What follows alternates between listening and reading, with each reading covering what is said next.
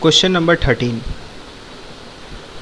The friction coefficient between the table and the block shown in figure 6E4 is 0.2. Find the tensions in the two strings. सबसे पहले हम लोग figure draw कर लेते हैं. ये टेबल है गिवन, इस पर एक 5 kg का ऑब्जेक्ट प्लेस्ड है. 5 kg. यहाँ दो साइड में पुलीज अटैच्ड हैं टेबल के, और इस 5 kg ऑब्जेक्ट के लेफ़्ट साइड से एक स्ट्रिंग अटैच्ड है जो कि अनदर 15 kg ऑब्जेक्ट से अटैच्ड है, और राइट साइड से एक और स्ट्रिंग अटैच्ड है इस 5 kg ऑब्जेक्ट पर जो कि अनदर 5 kg ऑब्जेक्ट से अटैच्ड है. राइट. हमारे पास क्वेश्चन में इनिशियल डेटा गिवन है that coefficient of friction between the 5 kg object and the table is 0.2. हमें क्वेश्चन में फाइंड आउट करने के लिए कह रहा है that find the tensions in the two strings, मतलब T1 और T2 की कितनी वैल्यू है ये हमें फाइंड आउट करनी है. So let's see the methods how can we solve it. सबसे पहले हम लोग अज्यूम करेंगे कि ये 5 kg का object with an initial acceleration a left side move कर रहा है. ठीक है, तो उसके अकॉर्डिंग ये 15 kg का ऑब्जेक्ट जो है डाउनवर्ड मूव करेगा विथ एन एक्सेलरेशन a, और ये 5 kg का ऑब्जेक्ट अपवर्ड मूव करेगा विथ एन एक्सेलरेशन a. अब हम लोग तीनों ऑब्जेक्ट की फ्री बॉडी डायग्राम ड्रॉ करेंगे और वहाँ से summation F net is equals to mass into acceleration वाली फॉर्मूला को अप्लाई करके इक्वेशंस फाइंड आउट करेंगे. तो हम लोग देखते हैं सबसे पहले 5 kg ऑब्जेक्ट के लिए फ्री बॉडी डायग्राम जो कि टेबल पर प्लेस्ड है. तो ये 5 kg का ऑब्जेक्ट ये एक्सेलरेशन a से लेफ़्ट साइड मूव कर रहा है. इस पर लेफ़्ट साइड में T1 फोर्स अप्लाई हो रही है due to the string, right side से T2 फोर्स अप्लाई हो रही है due to the string.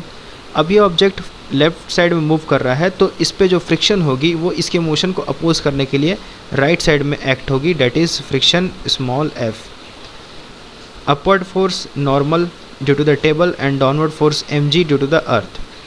Now इसकी जो मूवमेंट है वो हॉरिजॉन्टल डायरेक्शन में हो रही है, वर्टिकल डायरेक्शन में नहीं हो रही है. तो वर्टिकल डायरेक्शन में जितनी भी फोर्सेस होंगी वो एक दूसरे को कैंसिल आउट कर देंगे, मतलब नॉर्मल फोर्स और ये mg एक दूसरे को कैंसिल आउट कर देंगी.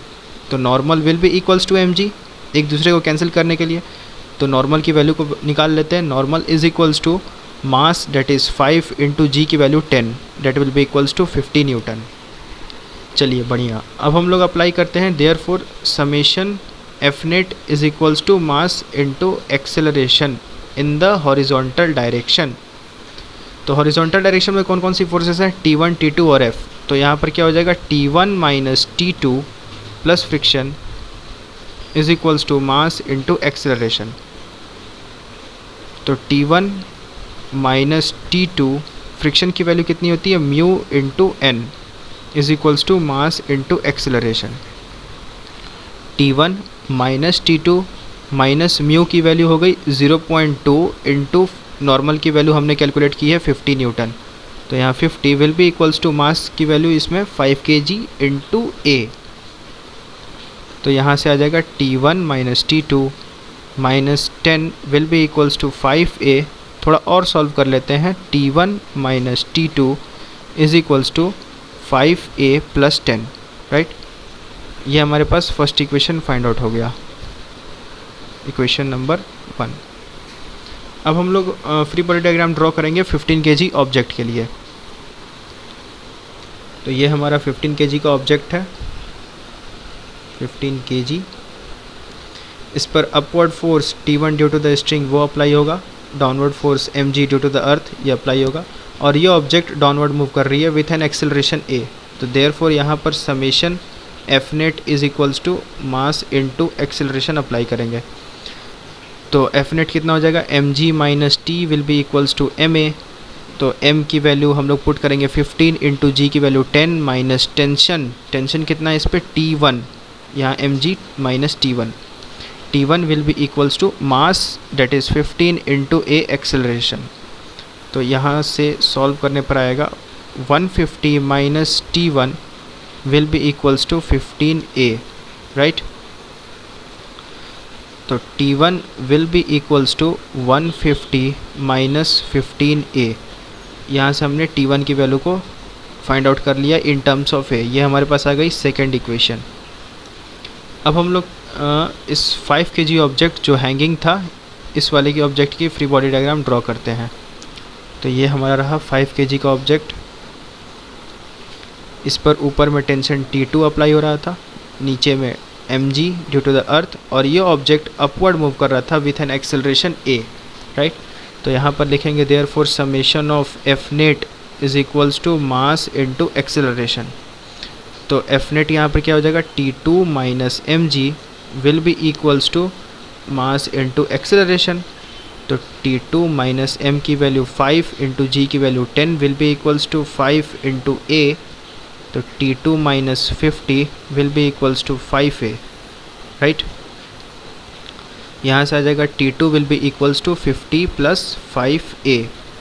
ये हमारे पास हो गई थर्ड इक्वेशन, इक्वेशन नंबर 3। अब हम क्या करना है, हमने 3 इक्वेशन फाइंड आउट कर ली है।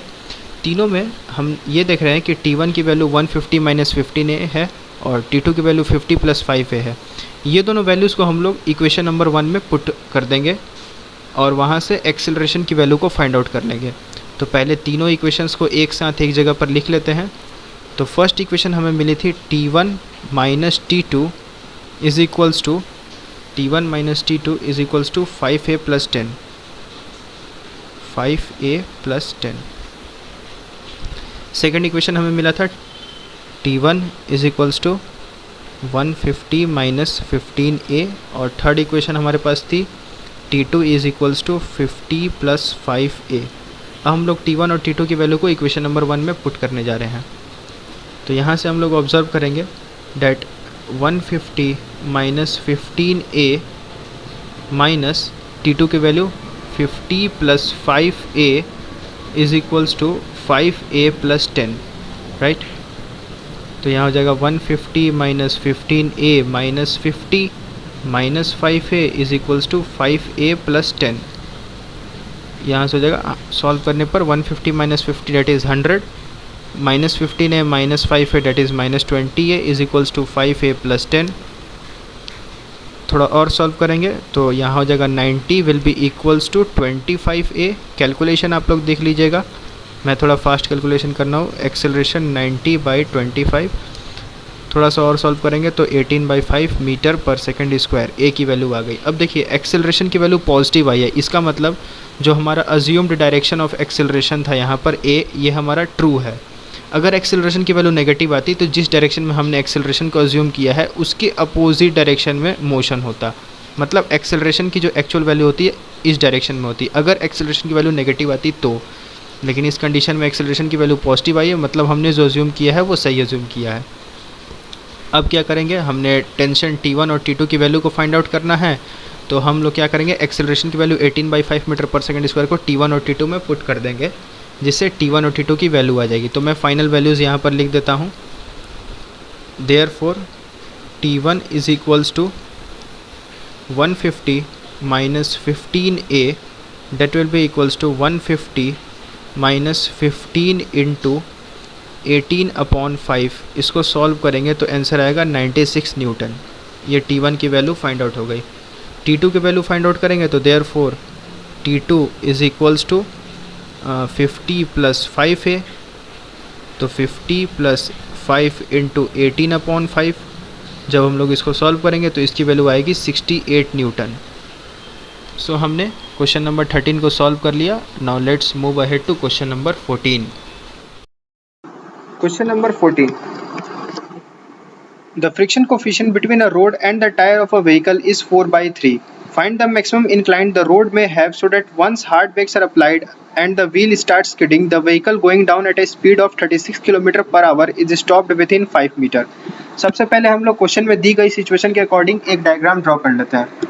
तो क्वेश्चन में हमारे पास कुछ एक रोड दिया हुआ है जो कि एक मैक्सिमम इंक्लिनेशन थीटा कितना होगा वो हमें फाइंड आउट करना है, ताकि एक कार, सपोज इस पे एक व्हीकल मान लेते हैं हम लोग कार, एक व्हीकल इस पे m मास का है, वो ट्रेवल कर रहा है downward with a speed of u equal to 36 kilometre per hour, और उसमें हम लोग हार्ड ब्रेक्स अप्लाई कर देते हैं। हार्ड ब्रेक्स अप्लाई करने के बाद वो displacement s is equals to 5 metre तक जाते जाते ये कार स्टॉप हो जाए। तो इस रोड की मैक्सिमम इंक्लिनेशन थीटा कितनी होनी चाहिए ये हमें फाइंड आउट करना है। हमें एक चीज़ और क्वेश्चन में गिवन है that coefficient of friction between the tire and the road is given 4/3। Mu की वैल्यू हमें 4/3 गिवन है। सबसे पहले हम लोग इस m मास की ऑब्जेक्ट मतलब जो कार है उसकी फ्री बॉडी डायग्राम ड्रॉ करते हैं। तो यहाँ पर हम लोग देखेंगे m मास पे एक normal force due to the road perpendicular to the surface of the road normal force apply होगी। mg due to the earth वो वर्टिकली डाउनवर्ड अप्लाई होगी। इस mg की दो कंपोनेंट आएगी, एक perpendicular to the surface that is equals to mg cos theta and एक parallel to the surface that is mg sin theta. ये दो कंपोनेंट होगी। अब ये व्हीकल डाउनवर्ड मूव कर रहा है तो मूवमेंट के अपोजिट डायरेक्शन में फ्रिक्शन अप्लाई होगा, तो फ्रिक्शन कुछ इस डायरेक्शन में अप्लाई होगा F। ठीक है, तो ये हमारे ऑब्जेक्ट की फ्री बॉडी डायग्राम ड्रॉ हो गई। अब एक चीज देखते हैं, रोड के परपेंडिकुलर डायरेक्शन में कोई मूवमेंट नहीं है व्हीकल का। इट मीन्स परपेंडिकुलर डायरेक्शन की फोर्सेस एक दूसरे को बैलेंस आउट करेगी। तो it means normal will be equals to mg cos theta, right. Normal की जो वैल्यू है वो mg cos थीटा होगी, तभी रोड के परपेंडिकुलर डायरेक्शन में कोई मोशन नहीं होगा। अब हम लोग फाइंड आउट करते हैं डी एक्सेलरेशन कि इस कार पे कितना डी एक्सेलरेशन अप्लाई करना होगा ताकि ये displacement within a displacement of 5 metre and with an initial velocity 36 kilometre per hour ये स्टॉप हो जाए कार। तो पहले 36 किलोमीटर पर आवर को हम लोग मीटर पर सेकंड में कन्वर्ट करते हैं, तो 36 इंटू 1000 बाई 60 इंटू 60। इसको जब हम लोग सॉल्व करेंगे तो इसकी वैल्यू 10 मीटर पर सेकंड आएगी। ठीक है, तो हम लोग इक्वेशन अप्लाई करेंगे v square is equals to u square plus 2as। Finally car को स्टॉप करना है, तो therefore final velocity will be equals to 0। Initial velocity हमने 10 मीटर पर सेकंड फाइंड आउट कर लिया है, तो 10 का square 100 plus 2 into D acceleration है तो माइनस a ले लेंगे, राइट। और डिस्प्लेसमेंट कितने डिस्प्लेसमेंट पे कार को स्टॉप करना है, तो 5 मीटर के डिस्प्लेसमेंट में स्टॉप करना है, तो इंटू 5। यहाँ से डी एक्सेलरेशन की वैल्यू आ जाएगी 10 मीटर पर सेकेंड स्क्वायर। ठीक है, अब देखिए, अब ये डी एक्सेलरेशन कुछ इस तरीके से भी अप्लाई हो सकता है, that F net is equals to mass into acceleration. ये भी हमने पढ़ा है, F net is equals to M into A. तो नेट फोर्स कितना हो जाएगा, friction minus M G sine theta is equals to mass into acceleration A, right.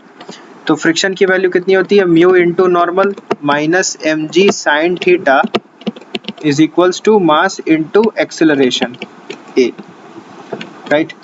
आगे देखते हैं, म्यू की वैल्यू 4/3 क्वेश्चन में गिवन है। नॉर्मल हमने कैलकुलेट कर लिया है M G cos theta minus M G sine theta. M की वैल्यू m हो गई और a की वैल्यू 10 हमने यहाँ पर फाइंड आउट किया है। अब हम लोग m और m को कैंसिल आउट कर दिए, फिर g की वैल्यू 10 होती है, तो यहाँ से 10 10 और 10 कैंसिल आउट हो गया। यहाँ पर हो जाएगा 4/3 cos theta minus sine theta is equals to 1। उसके बाद एलसीएम लेकर के 3 को राइट साइड में भेज देंगे, तो 4 cos theta minus 3 sine theta is equals to 3।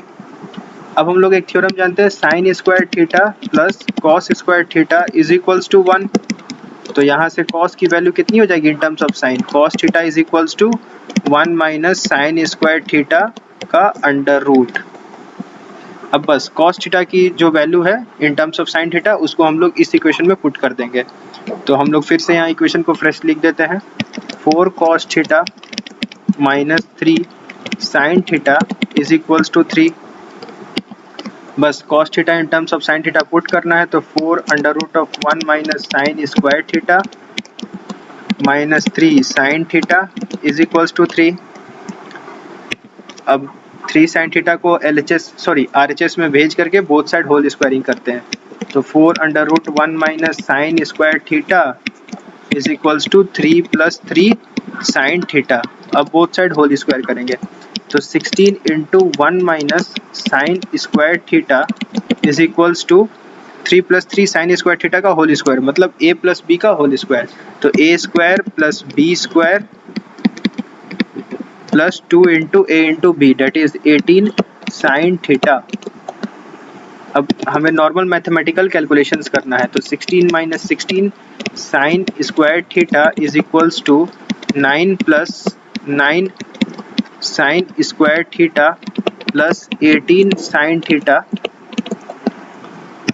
Sine square theta और जितनी भी साइन थीटा और कांस्टेंट टर्म्स है उसको हम लोग एक साइड करते हैं, तो यहाँ से हो जाएगा 25 साइन स्क्वायर थीटा।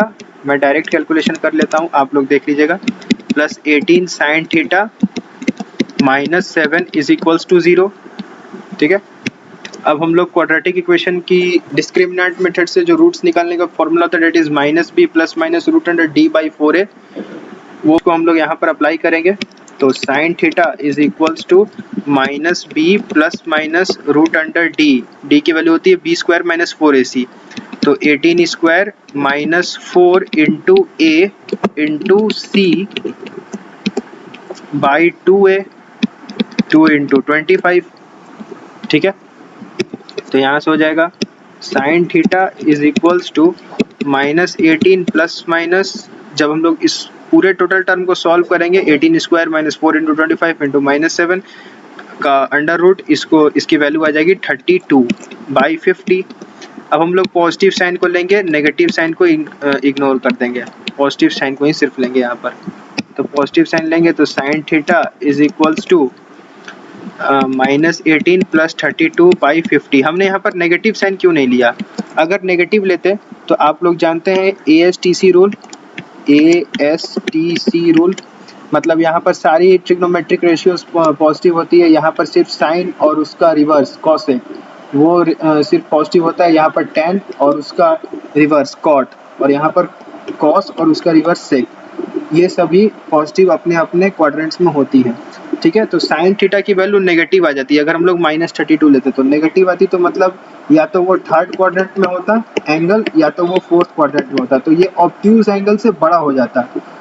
और आप ही लोग सोचिए कि रोड जो है वो अगर 90 डिग्री पे भी आ जाए तो क्या व्हीकल कभी सीधी एक 90 डिग्री की वो तो दीवार बन जाएगी, तो दीवार पर कभी वो गाड़ी चल पाएगा? नहीं चल पाएगा। तो ऑब्ट्यूज एंगल पे कहाँ से चलेगा? तो थीटा को हमें एक्यूट ही रखना है। एक्यूट रखने के लिए हमें फर्स्ट क्वाड्रेंट में लेना होगा एंगल, और फर्स्ट क्वाड्रेंट में साइन की वैल्यू या कोई भी ट्रिग्नोमेट्रिक रेशियो पॉजिटिव ही आती है, तो इसलिए हमने पॉजिटिव वैल्यू +32 लिया है, ताकि फाइनल जो रिजल्ट है वो हमारा पॉजिटिव है 14/50। तो यहाँ से थीटा की वैल्यू हो जाएगी theta equal to sine inverse 14/50। जब हम लोग इसको सॉल्व करेंगे तो इसकी वैल्यू अप्रॉक्सीमेटली 16 डिग्री के करीब आती है। तो therefore the maximum inclination the road can have at the given conditions in the questions is theta is equals to 16 degree. So we have done question number 14.